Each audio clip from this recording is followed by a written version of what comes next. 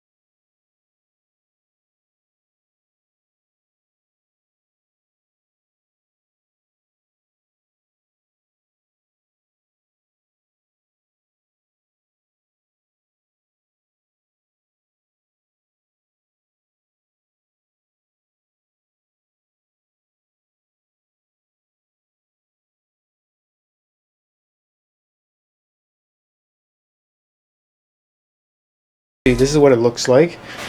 I could tell the creases where I've seen some people talking about when it gets up here, it's kind of hard to do it. So I kept a slight overlay. I don't know. I didn't want to cut it too close to it because I didn't want it to. I just want to make sure that it's stuck. And so at least this part went okay. I think it looks fine. You know, this is really, really dark. Almost as if you can't see it. You can't see through this at all. This is 5%, but I'm hoping when you go out into the light, it's going to, you'll be able to see a little bit through it, because right now this is absolutely, you can't see anything at all. Granted, I know it's up against a table, but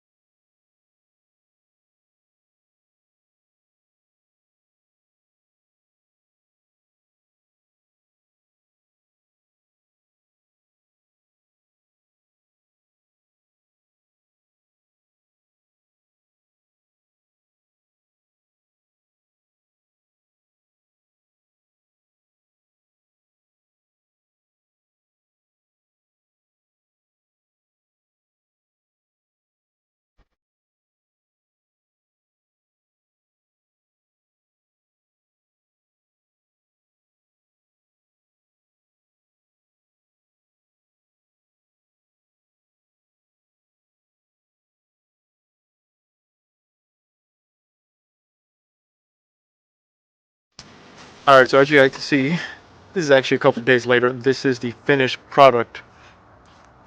Well, it's not the worst job ever. Not exactly the best. As you can tell, some sections, like, can't see it because it's raining out, but see, like, there's like small little hairline fractures. I guess they're not fractures, but you can kind of see where it didn't completely stick. And then the issue that some people are talking about, how at some of the creases it's having a difficult time just sticking. But it does effectively at least black out the back windows. You can tell over here, once again, how it has that crease at the top.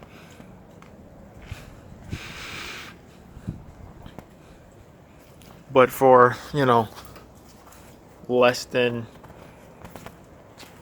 probably $40 on everything with all the parts and everything, came out all right. I will say, actually, this side there's a bigger crease in the back, which it's sticking, but it's not flush up against the plastic. This was that other brand that I had to go out and buy because I ran out of the tinting material, so I had to just go to the store and find some. This brand for this window wasn't exactly the same one as this one.